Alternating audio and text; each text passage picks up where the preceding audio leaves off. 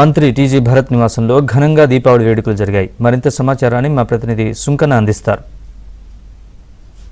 మంత్రి టీజీ భరత్ నివాసంలో దీపావళి వేడుకలు అంగరంగ వైభవంగా జరుగుతున్నాయి.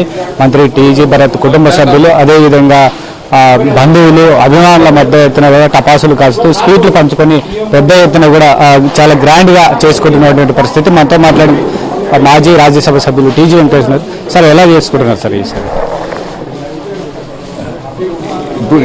ఇటీవల మనం చూసే ఉంటాం, మనం దసరా పండుగ నాడు రాక్షసులను సంహరించి మరి చరిత్రలో మంచిని తీసుకొని వచ్చే కార్యక్రమం. అలాగే ఇప్పుడు కూడా దీపావళి కూడా అదే, రాక్షసులను సంహరించి మంచిని ప్రజల్లో తీసుకురావటం, మంచి వారిని ప్రజల్లో ముందుకు తీసుకురావటం ఇప్పుడు చేస్తున్న కేంద్ర ప్రభుత్వం కానీ రాష్ట్ర ప్రభుత్వాలు కానీ అవే చేస్తున్నాయి.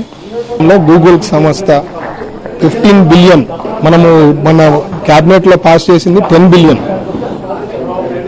బిలియన్ది అంటే దాదాపు 89,000 crores. బట్ ఎంబోయూ చేసుకున్నప్పుడు 5 ఏళ్లలో 15 బిలియన్ చేస్తామని చెప్పడం జరిగింది. దాదాపు 1,20,000 కోట్లు with in period of 5 years. అసలు వైజాగ్ రూపురేఖలు మారిపోతుంది. ఆస్ట్రేలియాకు పోయినారు మన లోకేష్ గారు.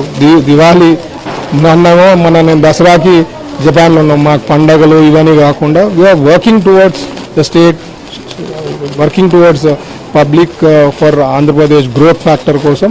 మాకు పండగలు ఇవన్నీ సెకండరీ, ఫస్ట్ ప్రైమరీ మనకు ఉండే టైంలో మ్యాక్సిమం ఎంత వీలైతే అంత డెవలప్ చేయాలా మన రాష్ట్రాన్ని అనే ఉద్దేశంతోనే we are working so hard. And Deepavali సందర్భంగా పబ్లిక్ మీరు ఇచ్చే మెసేజ్?